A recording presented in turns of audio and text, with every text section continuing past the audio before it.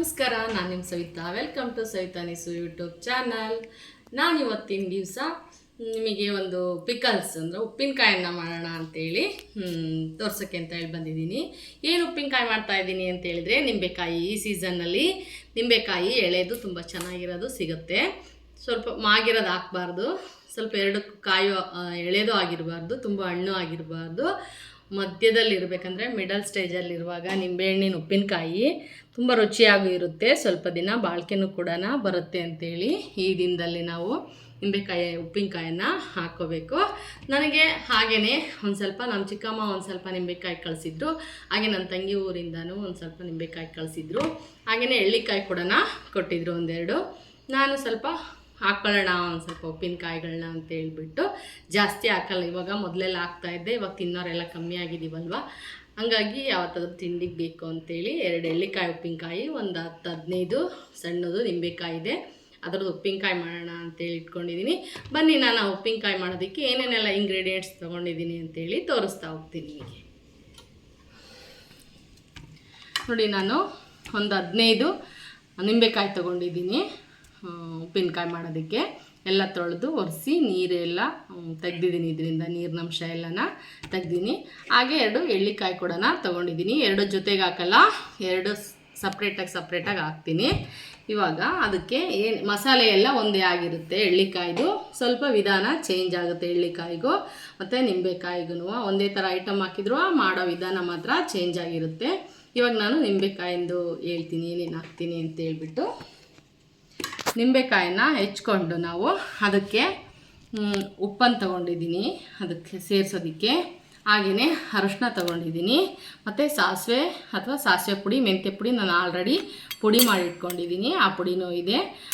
ಸ್ವಲ್ಪ ಸಾಸಿವೆ ಪುಡಿ, ಮೆಂತ್ಯ ಪುಡಿ ತೊಗೊಂಡಿದ್ದೀನಿ. ಹಾಗೆಯೇ ಎರಡಕ್ಕೂ ಸ್ವಲ್ಪ ಬೇಕು ಅಂತೇಳಿ ಬೆಳ್ಳುಳ್ಳಿನೂ ಕೂಡ ನಾನು ತೆಗೆದಿಟ್ಕೊಂಡಿದ್ದೀನಿ. ಹಾಗೆ ಅಚ್ಕಾರದ ಪುಡಿನೂ ಕೂಡ ತೊಗೊಂಡಿದ್ದೀನಿ.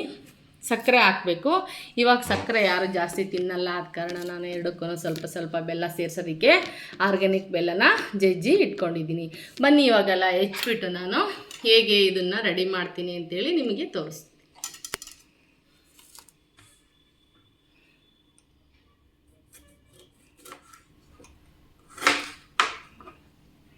ಅತಿ ಚಿಕ್ಕದಾಗಿ ಕಟ್ ಮಾಡ್ಕೋಬಾರ್ದು. ಒಂದೊಂದು ನಿಂಬೆಕಾಯಿ ಒಳಗೆ 8 ಹೋಳನ್ನು ಮಾಡ್ಕೋಬೇಕು. ಚಿಕ್ಕದಾಗಿದ್ದರೆ ಒಂದು 6 ಹೋಳು ಮಾಡ್ಕೊಳ್ರಿ, ದೊಡ್ಡದಾಗಿದ್ರೇನೂ ಅಷ್ಟೇ ಒಂದು 8 ಹೋಳು ಮಾಡ್ಕೊಳ್ರಿ. ನಾನಿಲ್ಲಿ 8 ಹೋಳನ್ನಾಗಿ ಮಾಡ್ಕೊತಾ ಇದ್ದೀನಿ. ತುಂಬ ದಿನ ಕಳೆ ಹಾಕಬಾರ್ದು ಇದನ್ನು, ನಿಂಬೆಕಾಯಿನ, ಆ ಫ್ಲೇವರೇ ಚೇಂಜ್ ಆಗುತ್ತೆ. ಸ್ವಲ್ಪ ಕಡಿಯಂಗಿರಬೇಕು ನಿಂಬೆಕಾಯಿ ಪೀಸಸ್ಸು, ಆ ಥರ ಇದ್ದರೆ ತಿನ್ನೋದಕ್ಕೆ ತುಂಬ ಚೆನ್ನಾಗಿರುತ್ತೆ. ಭಾಳ ಕಳಿತ್ರೆ ಅದು ಬೇರೆ ಥರನೇ ಟೇಸ್ಟು ಸಿಗುತ್ತೆ. ಹಂಗಾಗಿ ನಾನು ಇಲ್ಲಿ ಕಳೆ ಹಾಕೋದಿಲ್ಲ. ಯಾಕೆ ಗೊತ್ತಾ, ಇದು ನಿಂಬೆಕಾಯಿ ಉಪ್ಪಿನಕಾಯಿಗೆ ಕೆಲವರು ಮೆಂತ್ಯನ ಹಾಕೋದಿಲ್ಲ. ನಾನು ಕಳೆ ಹಾಕಿದರೆ ನಾನು ಕೂಡ ಮೆಂತ್ಯ ಹಾಕ್ತಾ ಇರಲಿಲ್ಲ, ನಾನು ಡೈರೆಕ್ಟಾಗಿಯೇ ಮಿಕ್ಸ್ ಮಾಡ್ತಾ ಇದ್ದೀನಿ ಮಸಾಲೆ ಎಲ್ಲ. ಹಂಗಾಗಿ ನಾನು ಮೆಂತ್ಯ ಪುಡಿನ ಯೂಸ್ ಮಾಡ್ತಾ ಇದ್ದೀನಿ. ಮೆಂತ್ಯ ಹಾಕೋದ್ರಿಂದ ಅದು ಅದರಲ್ಲೇ ಕಳೆದುಕೊಳ್ಳುತ್ತೆ, ಮೆಂತ್ಯ ಬೇಗ ಸಾಫ್ಟ್ ಮಾಡುತ್ತೆ ವಸ್ತುನ. ಹಾಗಾಗಿ ನಾನು 3-4 ದಿವಸ ವಾರಗಟ್ಟಲೆ ಕಳೆ ಹಾಕ್ತಾಯಿಲ್ಲ ನಿಂಬೆಹಣ್ಣನ್ನು. ನನಗೆ ಕಡ್ಕೊಂಡು ತಿನ್ನೋ ಥರ ಇರಬೇಕು ನಿಂಬೆಕಾಯಿ ಉಪ್ಪಿನಕಾಯಿ, ಕಳ್ತು ಹೋಗಬಾರ್ದು. ಆ ದೃಷ್ಟಿಯಿಂದ ಈ ಥರ ಹಾಕ್ತಾಯಿದ್ದೀನಿ. ನೋಡಿ, ತುಂಬ ಹಣ್ಣಾದರೆ ರಸ ಬರುತ್ತೆ, ತುಂಬ ಹುಳಿ ಆಗಿಬಿಡುತ್ತೆ. ಈ ಥರ ಈ ಸ್ಟೇಜಲ್ಲಿ ಹಾಕಿದರೆ ಜಾಸ್ತಿ ಹುಳಿ ಬಿಟ್ಕೊಂತಿಲ್ಲ. ನೋಡಿರಿ, ನೀವೇ ಹೆಚ್ಚಬೇಕಾದ್ರೆ ಹುಳಿ ಬಂದುಬಿಡುತ್ತೆ, ತುಂಬ ಹಣ್ಣಾಗಿದೆ ಪಕ್ವವಾಗಿದೆ ಅಂದರೆ. ನಾನು ಇದನ್ನೆಲ್ಲ ಹೆಚ್ಕೊಂಡು ನಿಮಗೆ ಎಲ್ಲ ಮಸಾಲೆಗಳು ಕೂಡಿಸೋದನ್ನು ತೋರಿಸ್ತೀನಿ. ಇವಾಗ ನೋಡಿ, ನಾನು ಇಷ್ಟಾಗಿದೆ ನಿಂಬೆಕಾಯಿ, ಇಷ್ಟು ಆಗಿದೆ, ಹೆಚ್ಚಿಟ್ಕೊಂಡಿದ್ದೀನಿ. ಹಾಗೆ ಎಳ್ಳಿಕಾಯಿನೂ ಕೂಡ ಹೆಚ್ಚಿದ್ದೀನಿ. ನೋಡಿ, ಇಷ್ಟಾಗಿದೆ. ಇದನ್ನು ಸ್ವಲ್ಪ ನಿಧಾನವಾಗಿ ಮಾಡೋಣ. ಫಸ್ಟು ನಾನು ನಿಂಬೆಕಾಯಿಗೆ ಏನೇನೆಲ್ಲ ಹಾಕ್ತೀನಿ ಅಂತೇಳಿ ನಾನು ತೋರಿಸ್ತೀನಿ ನಿಮಗೆ. ಫಸ್ಟು ನಾನು ಇದಕ್ಕೆ ಎಷ್ಟು ಬೇಕೋ ಅಳತೆಗೆ ಅಷ್ಟು ಉಪ್ಪನ್ನು ಸೇರಿಸ್ತೀನಿ, ಕಲ್ಲುಪ್ಪನ್ನು ಸೇರಿಸ್ತೀನಿ. ನೆನ್ಕೊಂಡು ಕರಗುತ್ತೆ ಇದು. ಒಂದು 15 ನಿಂಬೆಹಣ್ಣಿಗೆ 2.5 ಸ್ಪೂನ್ನಷ್ಟು ದಪ್ಪ ತುಪ್ಪದ ಚಮಚ ಇರುತ್ತಲ್ವ, ಆ ದಪ್ಪದ ತುಪ್ಪದ ಚಮಚದಲ್ಲಿ ಒಂದು 2.5 ಸ್ಪೂನು ಇಲ್ಲ 3 ಸ್ಪೂನ್ ಹಾಕಿದ್ರೂ ನಡೆಯುತ್ತೆ. ಯಾಕೆಂದರೆ ಹುಳಿ ಇರೋದ್ರಿಂದ ಉಪ್ಪು ಜಾಸ್ತಿನೇ ಬೇಕಾಗುತ್ತೆ. ಇಷ್ಟನ್ನು ನಾನು ಉಪ್ಪನ್ನು ಸೇರಿಸಿ ಒಂದ್ಸರಿ ಎಲ್ಲನ ಮಿಕ್ಸ್ ಮಾಡ್ಕೊತೀನಿ. ನಾನು ಇದನ್ನು ಹಾಗೆಯೇ ಇದಕ್ಕೆ ಸ್ವಲ್ಪ ಬೆಲ್ಲನೂ ಕೂಡ ಸೇರಿಸ್ತೀನಿ. ಸ್ವಲ್ಪನೇ ಹಾಕ್ತೀನಿ ಬೆಲ್ಲನ. ನನಗೆ ಸ್ವಲ್ಪ ಖಾರವಾಗಿ ಇರಬೇಕು, ಹಾಗಾಗಿ ಸ್ವಲ್ಪ ನಾನು ಹುಳಿ ಮತ್ತು ಖಾರ ಹೊಡೆಯೋದಕ್ಕೋಸ್ಕರನ ಸಕ್ಕರೆ ಹಾಕ್ತಾ ಇಲ್ಲ, ಇಲ್ಲಿ ನಾನು ಬೆಲ್ಲನ ಸೇರಿಸ್ತಾ ಇದ್ದೀನಿ. ಅದು ಒಂದ್ಸರಿ ಮಿಕ್ಸ್ ಮಾಡ್ಕೊಳ್ಳೋಣ. ನಿಮಗೆ ಇಲ್ಲ ಸ್ವಲ್ಪ ಸಾಫ್ಟ್ ಆಗಬೇಕು ನಿಂಬೆಹಣ್ಣು ಅನ್ನಂಗಿತ್ತು ಅಂತೇಳಿದರೆ ಈ ಮೂರನ್ನೇ ಹೆಚ್ಚಿ ಸೇರಿಸಿ ಒಂದೆರಡು ದಿನ ನೀವು ಕ್ಯಾಪನ್ನು ಕ್ಲೋಸ್ ಮಾಡಿ ಇಟ್ಟು ನಂತರ ನಾನು ಈಗೇನು ಎಲ್ಲ ಮಸಾಲೆ ಆ್ಯಡ್ ಮಾಡ್ತೀನೋ ಅದನ್ನು ಆಮೇಲೆ ಕೂಡ ನೀವು ಸೇರಿಸ್ಕೊಳ್ರಿ. ನನಗೆ ಅಷ್ಟು ಸಾಫ್ಟ್ ಆಗೋದು ಬೇಡ, ಹಂಗಾಗಿ ನಾನು ಒಟ್ಟಿಗೆ ಎಲ್ಲ ಮಸಾಲೆಗಳ್ನ ಸೇರಿಸ್ತಾ ಇದ್ದೀನಿ. ಬನ್ನಿ, ಇದಕ್ಕೆ ನಾನು ಇವಾಗ ಸ್ವಲ್ಪ ಅರಿಶಿನನೂ ಕೂಡ ಹಾಕ್ತೀನಿ. ಒಂದು ತುಪ್ಪದ ಚಮಚದಷ್ಟು ಅರಿಶಿನ ಹಾಕಬೇಕು. ನಾನಿಲ್ಲಿ ಚಿಕ್ಕ ಸ್ಪೂನ್ ಇರೋದ್ರಿಂದ ನಾನು ಈ ಸ್ಪೂನಲ್ಲಿ 3 ಸ್ಪೂನು ಅರಿಶಿನ ಯೂಸ್ ಮಾಡಿದ್ದೀನಿ. ಹಾಗೆಯೇ ಸಾಸಿವೆ ಪುಡಿನ ಹಾಕಬೇಕು. ಇದಕ್ಕೆ ಮೆಂತ್ಯ ಹಾಕದೇ ಇದ್ರೂ ನಡೆಯುತ್ತೆ. ಆದರೆ ನಾನಿಲ್ಲಿ ಸಾಸಿವೆ ಮೆಂತ್ಯನ ಯಾಕೆ ಅಂದರೆ ನಾನು ಕಳೆ ಹಾಕ್ತಿಲ್ಲ, ಆದ ಕಾರಣ ನಾನು ಸಾಸಿವೆ ಮೆಂತ್ಯನ ಹುರಿದು ಪುಡಿ ಮಾಡಿರ್ತಕ್ಕಂಥ ಪುಡಿ ಇದೆ, ಅದನ್ನು ಯೂಸ್ ಮಾಡ್ತಾ ಇದ್ದೀನಿ. 1.5 ಸ್ಪೂನಷ್ಟು ಮೆಂತ್ಯ ಮತ್ತು ಸಾಸಿವೆ ಮಿಕ್ಸ್ ಮಾಡಿರ್ತಕ್ಕಂಥ ಪುಡಿನ ನಾನು ಇಲ್ಲಿ ಸೇರಿಸ್ತಾ ಇದ್ದೀನಿ.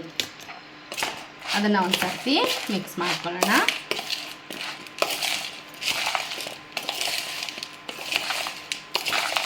ಈ ಥರ ಎಲ್ಲ ಸ್ಪ್ರೆಡ್ ಮಾಡಿಕೊಂಡು ನಂತರ ನಾನು ಇದಕ್ಕೆ ಅಚ್ಚ ಖಾರದ ಪುಡಿನ ಹಾಕ್ತಾಯಿದ್ದೀನಿ.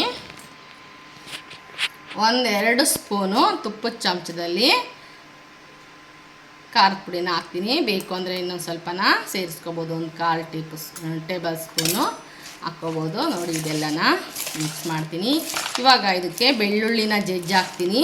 ಹಾಗೆಯೇ ಸ್ವಲ್ಪ ಎಣ್ಣೆನೂ ಕೂಡ ಕಾಸಿ ತಣ್ಣಗೆ ಮಾಡಿ ಕೂಡ ಹಾಕ್ತೀನಿ. ಬನ್ನಿ, ಬೆಳ್ಳುಳ್ಳಿನ ಜಜ್ಜಿಕೊಂಡು ಎಣ್ಣೆನ ಕಾಸಿ ತಣ್ಣಗೆ ಮಾಡ್ಕೊಳ್ಳೋಣ. ಇವಾಗ ನೋಡಿ, ನಾನು ಒಂದು 3-4 ಟೇಬಲ್ ಸ್ಪೂನು ಎಣ್ಣೆನ ಕಾಯಿಸ್ಬಿಟ್ಟು ಅದಕ್ಕೆ ಸಾಸಿವೆನ ಚಟ್ಪಟ ಅನ್ನಿಸ್ಕೊಂಡು ತಂದಿದ್ದೀನಿ. ತಣ್ಣಗಾಗಿದೆ ಇದು. ಈಗ ಹಾಗೆಯೇ ಬೆಳ್ಳುಳ್ಳಿನೂ ನಾನು ತುಂಬ ನುಣ್ಣಗೆ ಸ್ಮ್ಯಾಶ್ ಮಾಡ್ಕೊಂಡಿಲ್ಲ, ಸ್ವಲ್ಪ ಜಿಬಳಿದ್ದೀನಿ ಅಷ್ಟೇ, ಸ್ವಲ್ಪ ತದ್ದಿದ್ದೀನಿ. ಹಾಗೆಯೇ ಹಾಕಿದರೆ ಬಾಯಿಗೆ ಚೆನ್ನಾಗಿ ಸಿಗುತ್ತೆ ಅಂತೇಳಿ ಇದನ್ನು ಸೇರಿಸಿರ್ತಾ ಇದ್ದೀನಿ. ನೋಡಿ, ಈಗ ಆರಿದೆಯಲ್ಲ ಈ ಎಣ್ಣೆನೂ ಕೂಡ ಇದಕ್ಕೆ ಹಾಕ್ತಾಯಿದ್ದೀನಿ. ಇದನ್ನೆಲ್ಲ ನಾವು ಒಂದು ಸರ್ತಿ ನಾನು ಸ್ಪ್ರೆಡ್ ಮಾಡಿ ಒಂದು ಕಂಟೈನರ್ಗೆ ಹಾಕಿಟ್ಕೊಂಡ್ರೆ ಉಪ್ಪೆಲ್ಲ ಕರಗಿಬಿಟ್ಟು ಹುಳಿ ಎಲ್ಲನೂ ಬಿಟ್ಕೊಂಡು ಚೆನ್ನಾಗಿ ರಸದಿಂದ ಕೂಡಿರುತ್ತೆ. ಇದು ತುಂಬ ಚೆನ್ನಾಗಾಗುತ್ತೆ. ಈ ಥರ ಆಗುತ್ತೆ. ನಾವು ಇವಾಗ ಮಾಡಿದಾಗ್ಲೇ ಇದು ಒಂದು 3-4 ದಿವಸ, ಒಂದು ವಾರ ಬಿಟ್ಟರೆ ತುಂಬ ಚೆನ್ನಾಗಿ ರಸ ಎಲ್ಲ ಬಿಟ್ಕೊಂಡು ಸ್ವಲ್ಪ ಕಳೆದ್ಕೊಂಡು ತುಂಬ ತಿನ್ನೋದಕ್ಕೆ ಚೆನ್ನಾಗಿಯೇ ಕೂಡ ಇರುತ್ತೆ. ಇದನ್ನು ಕೂಡ ವರ್ಷ ಪೂರ್ತಿ ನಾವು ನಿಂಬೆಕಾಯಿ ಉಪ್ಪಿನಕಾಯನ್ನ ಕೆಳಗನೆ ಫ್ರಿಜ್ಜಲ್ಲಿ ಇಡದೆ ಹಾಗೆ ಇಟ್ಟರು 1 ವರ್ಷ ಪೂರ್ತಿ ಇಟ್ಕೋಬೋದು. ಹಾಗೆಯೇ ನಾನು ಟೇಸ್ಟ್ ಮಾಡ್ತೀನಿ, ನೋಡಿರಿ ಹಿಂಗೆ ಬಂದಿರುತ್ತೆ ಅಂತ.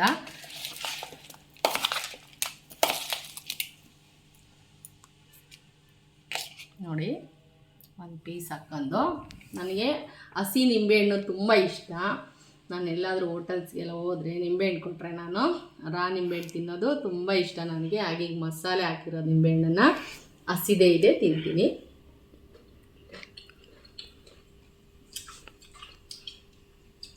ಅಷ್ಟೊಂದು ಹುಳಿಯಿಲ್ಲ, ಕರೆಕ್ಟ್ ಮೆಜರ್ಮೆಂಟಲ್ಲಿದೆ ನಿಂಬೆಹಣ್ಣು. ತುಂಬ ಚೆನ್ನಾಗಾಗಿದೆ ಮಸಾಲೆ ಎಲ್ಲನ. ಇದು ನಿಂಬೆಕಾಯಿ ಉಪ್ಪಿನಕಾಯಿ ಮಾಡೋ ವಿಧಾನ ಇಷ್ಟೇ. ಇದನ್ನು ಒಂದು ಕಂಟೈನರ್ಗೆ ಹಾಕಿ ಇಡಬೇಕು. 1-2 ದಿವಸ ನಾನು ಹಿಂಗೆಲ್ಲ ಮಿಕ್ಸ್ ಮಾಡೋದಕ್ಕೆ ಇದೇ ಬಾಕ್ಸಲ್ಲೇ ಹಾಕಿ ಬಿಟ್ಟಿರ್ತೀನಿ. ಇವಾಗ ಬನ್ನಿ, ಎಳ್ಳಿಕಾಯಿ ಉಪ್ಪಿನಕಾಯಿನ ಯಾವ ಥರ ಮಾಡೋದು ಅಂಥೇಳಿ ಇದೇ ಮಸಾಲೆನೇ ಹಾಕಿ ವಿಧಾನ ಬೇರೆ ರೀತಿಯಿಂದ ಮಾಡೋದು ಬನ್ನಿ ತೋರಿಸ್ತೀನಿ ನಾನು ಅದನ್ನು. ಬನ್ನಿ, ಇವಾಗ ನಾನು ಎಳ್ಳಿಕಾಯಿ ಉಪ್ಪಿನಕಾಯಿಗೆ ಫಸ್ಟು ಅದಕ್ಕೆ 3-4 ಸ್ಪೂನು ಟೇಬಲ್ ಸ್ಪೂನು ಎಣ್ಣೆನ ಬಿಸಿ ಮಾಡ್ಕೊಂಡು ಸ್ವಲ್ಪ ಸಾಸಿವೆ ಸಿಡಿಸ್ಕೊಂಡು ಎಣ್ಣೆ ತಗೊಂಡು ಇದರಲ್ಲೇ ನಾನು ಸ್ವಲ್ಪ ಬೆಲ್ಲನ ಪಾಕ ಮಾಡ್ಕೊತೀನಿ. ಸಾಕು ಇಷ್ಟು, ನೋಡಿ ಸಾಕು, ಇಷ್ಟು ಎಣ್ಣೆ ಕಾದಿದೆ. ಸ್ವಲ್ಪ ತಣ್ಣಗಾಗೋದಕ್ಕೆ ಈ ಬೌಲಿಗೆ ಹಾಕೋಣ. ಮತ್ತು ನಾನು ಇದೇ ಬಾಣಲೆಗೆ ಸ್ವಲ್ಪ ಬೆಲ್ಲನ ಹಾಕಿ ಪಾಕ ಮಾಡ್ಕೊತೀನಿ. ಅದಕ್ಕೆ ಪಾಕ ಮಾಡಿಕೊಂಡು ನೋಡಿ ಬೆಲ್ಲ ಉಳಿಸಿದ್ನಲ್ಲ, ಈ ಬೆಲ್ಲನ ಇದಕ್ಕೆ ಸೇರಿಸ್ತಾ ಇದ್ದೀನಿ. ಇದು ಕರಗಿದ ಮೇಲೆ ಕುದೀತಾ ಇರುತ್ತಲ್ಲ ಬೆಲ್ಲದ ನೀರು, ಅದರಲ್ಲಿ ಒಂದು ಸರ್ತಿ ನಾನು ಎಳ್ಳಿಕಾಯಿನ ಒಂದು ಸರಿ ಕುದಿಸ್ಕೊತೀನಿ. ನೋಡಿ ಈ ಥರ ಬೆಲ್ಲನ ಚೆನ್ನಾಗಿ ಕರಗಲಿ, ಇದೆಲ್ಲನೂ ಸ್ವಲ್ಪ ಕರಗಿ ಸ್ವಲ್ಪ ಕುದಿಲಿ ಬೆಲ್ಲದ ಪಾಕ. ಅದರಲ್ಲಿ ನಾನು ಎಳ್ಳಿಕಾಯಿ ಏನು ಹೆಚ್ಚಿಟ್ಕೊಂಡಿದ್ನೋ ಅದನ್ನು ಇದರೊಳಗೆ ಹಾಕಿ ಒಂದು ಕುದಿನ ಕುದಿಸ್ತೀನಿ. ಆ ಹುಳಿ ಮತ್ತು ಈ ಬೆಲ್ಲದ ನೀರಲ್ಲಿ ಒಂದು ಕುದಿ ಕುದ್ರೆ ಸ್ವಲ್ಪ ಎಳ್ಳಿಕಾಯಿ ಗಡ್ಸಾಗಿರುತ್ತಲ್ಲ, ಸ್ವಲ್ಪ ಮೆಲ್ಟ್ ಆಗುತ್ತೆ, ಟೇಸ್ಟ್ ಕೂಡ ಚೆನ್ನಾಗಿ ಬರುತ್ತೆ ಅನ್ನೋ ದೃಷ್ಟಿಯಿಂದನ ಈ ಥರ ಎಳ್ಳಿಕಾಯಿ ಉಪ್ಪಿನಕಾಯನ್ನು ಮಾಡ್ತೀವಿ. ತುಂಬ ಒಳ್ಳೆಯದಿದು ಪಿತ್ತ ಇರೋರಿಗೆ, ಆಮೇಲೆ BP ಶುಗರು ಇರೋರು ಕೂಡ ಈ ಎಳ್ಳಿಕಾಯಿ ಉಪ್ಪಿನಕಾಯಿನ ತಿಂದರೆ ತುಂಬ ಒಳ್ಳೆಯದು. ಒಂದು ಪೀಸ್ ತಿಂಡಿ ಮಾಡಿದಾಗ ನಾವು ತಿನ್ನಲ್ಲ ಅಂದ್ರೂ ಗೆಸ್ಟ್ ಯಾರು ಬಂದಾಗ ಕೇಳಿದಾಗ ನೆಂಚಿಗೆ ಅಂದರೆ ಸೈಡ್ಸ್ ಇಲ್ಲ ಅಂದರೆ ಚೆನ್ನಾಗಿರಲ್ಲ. ಹಂಗೆ ಸೀಸನ್ ವೈಸಲ್ಲಿ ನಾವು ಸ್ವಲ್ಪನೇ ಹಾಕಿ ಇಟ್ಕೋಬೇಕು. ನಾನು ಅದಕ್ಕೆ ಭಾಳ ತೋರಿಸ್ತಾ ಇಲ್ಲ. ಸ್ವಲ್ಪ ಜನ ಇರೋರು ತುಂಬ ಜಾಸ್ತಿ ಮಾಡಿ ಅದೆಲ್ಲರಿಗೆ ಇಟ್ಟರೆ ಬಿಸಾಕೋದ್ಕಿಂತ ಸ್ವಲ್ಪನೇ ಮಾಡಿಕೊಳ್ರಿ ಅಂತ ಹೇಳ್ಬಿಟ್ಟು ತೋರಿಸ್ತಾ ಇದ್ದೀನಿ. ನೋಡಿರಿ ಇವಾಗ ಬೆಲ್ಲ ಎಲ್ಲ ಕರಗಿದೆ. ಇವಾಗ ಅದಕ್ಕೆ ಈಗ ನಾನು ಎಳ್ಳಿಕಾಯನ್ನು ಹಾಕ್ತೀನಿ. ನೋಡಿ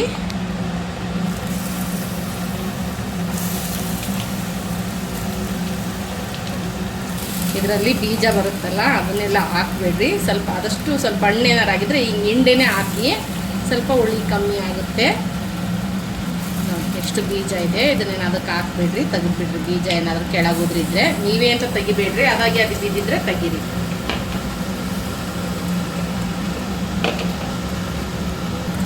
ಒಂದ್ಸರಿ ಎಲ್ಲನ ಮಿಕ್ಸ್ ಮಾಡಿ ನಾನು ಆ ಬೆಲ್ಲದ ನೀರಲ್ಲಿ ಅದು ಒಂದ್ಸರಿ ಕುದಿಯೋದಕ್ಕೆ ಬಿಡ್ತೀನಿ.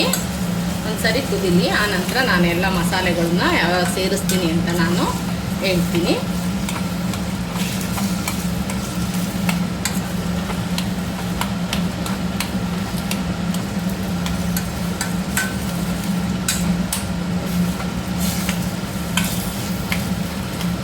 ಸ್ವಲ್ಪ ಒಂದು 5 ನಿಮಿಷ ಇದು ಬೆಲ್ಲದ ನೀರಲ್ಲಿ ಕುದಿಲಿ, ನಂತರ ತೋರಿಸ್ತೀನಿ ಹೆಂಗಾಗಿರುತ್ತೆ ಅಂತೇಳಿ. ನೋಡಿ ಇವಾಗ ಬೆಲ್ಲದ ನೀರು ಮತ್ತು ಆ ಹುಳಿ ಎಳ್ಳಿಕಾಯಿ ಹುಳಿ ಇರುತ್ತಲ್ಲ ಎಲ್ಲ ಕುದ್ದು ಸ್ವಲ್ಪ ನೀರು ಒಂದು 1/4 ಭಾಗ ಇರಬೇಕು. ಎರಡು ಸೇರಿ ನಾವು ಫಸ್ಟ್ ಏನು ಕುದಿಸ್ತಾ ಇರ್ತೀವೋ ಅದರಲ್ಲಿ ಒಂದು 1/4 ಭಾಗ ಆಗಬೇಕು ಕುದ್ದು ನೀರು. ಆವಾಗ ನಾವು ಇದನ್ನು ಕೆಳಗೆ ಇಳಿಸ್ಕೋಬೇಕು. ನೋಡಿ ಯಾವ ಕಲರ್ಗೆ ಬಂದಿದೆ ಬೆಲ್ಲದ ನೀರೆಲ್ಲ ಕುಡಿದು ಎಳ್ಳಿಕಾಯಿ ಅಂಥೇಳಿ. ಬನ್ನಿ ಇವಾಗ ನಾನು ಇದನ್ನು ಕೆಳಗೆ ಇಳಿಸ್ಕೊಂಡು ಎಲ್ಲ ಮಸಾಲೆಗಳನ್ನು ಕುಡಿಸ್ತೀನಿ ಇದಕ್ಕೆ. ಬನ್ನಿ ಇವಾಗ ನಾನು ಇದು ಅಳತೆಗೆ ಏನೇನೆಲ್ಲ ಹಾಕ್ತೀನಿ ಅಂತ 2 ಎಳ್ಳಿಕಾಯಿ ತೊಗೊಂಡಿದ್ನಲ್ವ, ಅದಕ್ಕೆ ನಾನು 2.5 ಸ್ಪೂನಷ್ಟು ಉಪ್ಪನ್ನು ಹಾಕ್ತಾಯಿದ್ದೀನಿ. ತುಪ್ಪದ ಚಮಚದಲ್ಲಿ, ಇದು ಚಿಕ್ಕ ಸ್ಪೂನು. ಹಾಗೆಯೇ ಒಂದು ಸರಿ ಎಲ್ಲನ ಮಿಕ್ಸ್ ಮಾಡ್ಕೊಳ್ಳೋಣ. ಇದನ್ನು ಬಿಸಿ ಇದೆ ಆವಾಗಲೇ ಹಾಕ್ತಾಯಿದ್ದೀನಿ ನಾನು. ಈ ಬಾಣಲೆ ಒಳಗೆ ಎಲ್ಲನೂ ನಾನು ಕೂಡಿಸ್ಬಿಟ್ಟು ನಾನು ಬೇರೆ ಒಂದು ಬೌಲ್ಗೆ ಹಾಕ್ತೀನಿ. ಇವಾಗ ನಾನು ಇದಕ್ಕೆ ಅಚ್ಚ ಖಾರದ ಪುಡಿಯನ್ನು ನಾನು 2 ಚಮಚದಷ್ಟು ಹಾಕ್ತೀನಿ. ನೋಡಿ 2 ಚಮಚ ಸಾಕು. ಹಾಗೆಯೇ ನಾನು ಇದನ್ನು ಯಾಕೆ ಕಳೆ ಹಾಕಲಿಲ್ಲ, ಆಮೇಲೆ ಇದು ಎಳ್ಳಿಕಾಯಿ ಗಡ್ಸಾದ ರ್ಯಾಪರ್ ಇರುತ್ತೆ ಮೇಲೆ, ಹಂಗಾಗಿ ಮೆಂತ್ಯ ಬೇಕು ಅದಕ್ಕೆ. ಎರಡನ್ನು ನಾನು ಪುಡಿ ಮಾಡ್ಕೊಂಡಿದ್ದೀನಿ, ಸಾಸಿವೆ ಮತ್ತು ಮೆಂತ್ಯನ. ಈ ನಿಂಬೆಕಾಯಿ ಉಪ್ಪಿನಕಾಯಿಗೆ ಹಾಕಿನ ಅದೇ ಪೌಡ್ರನ್ನು ನಾನು ಇಲ್ಲಿ 1 ಚಮಚ ಫುಲ್ಲು, ತುಂಬ 1 ಚಮಚದಷ್ಟನ್ನು ಪುಡಿನ ನಾನು ಇದಕ್ಕೆ ಹಾಕ್ತಾಯಿದ್ದೀನಿ ಸಾಕು. ಹಾಗೆಯೇ ಅರಿಶಿನೂ ಕೂಡ ಹಾಕ್ತಾಯಿದ್ದೀನಿ. ನೋಡಿರಿ, ಒಂದು ಅರ್ಧ ಟೇಬಲ್ ಸ್ಪೂನಷ್ಟು ಅರಿಶಿನ ಸೇರಿಸ್ತಾ ಇದ್ದೀನಿ ಇದಕ್ಕೆ. ಹಾಗೆಯೇ ಎಣ್ಣೆನ ನಾನು 3 ಟೇಬಲ್ ಸ್ಪೂನಷ್ಟು ಕಾಸಿ ಚಟ್ಪಟ ಅಂತ ಸಾಸಿವೆ ಸಿಡಿಸಿ ಆರಿಸಿಟ್ಕೊಂಡಿದ್ದೀನಿ. ಅದನ್ನು ಕೂಡ ನಾನು ಇದಕ್ಕೆ ಆ್ಯಡ್ ಮಾಡ್ತಾಯಿದ್ದೀನಿ.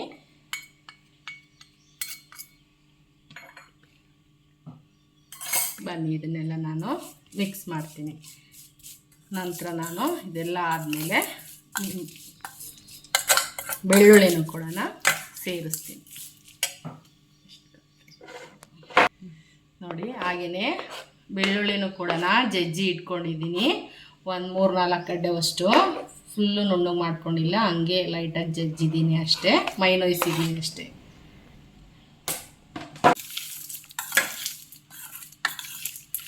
ನೋಡಿ ಯಾವ ಥರ ಆಯಿತು ಅಂತ.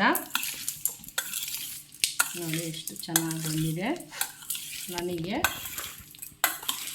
ವಾಸನೆ ಘಮ ಬರ್ತಾಯಿದೆ, ನಿಮಗೆ ಬರ್ತಾ ಇದೆಯೋ ಗೊತ್ತಿಲ್ಲ. ಹಾಗೆ ಇದನ್ನು ಕೂಡ ನಾನು ಒಂದು ಪೀಸ್ ತಿಂದು ಟೇಸ್ಟ್ ಮಾಡಿ ಹೇಳ್ತೀನಿ ನಿಮಗೆ. ಒಂದು ವಾರ ಬಿಟ್ಟರೆ ಉಪ್ಪಿನಕಾಯಿ ಆಗಲಿ ಚಟ್ನಿಗಳಾಗಲಿ ಎತ್ತಿಡ ಅಂಥ ವಸ್ತುಗಳು ಮಾಡಿದಾಗ ಒಂದು ವಾರಗಟ್ಟಲೆ ಕಾದ್ರೇ ಅದ್ರ ಟೇಸ್ಟು ರಿಯಲ್ಲಾಗಿ ಏನು ಬಂದಿದೆ ಅಂತ ಗೊತ್ತಾಗೋದು.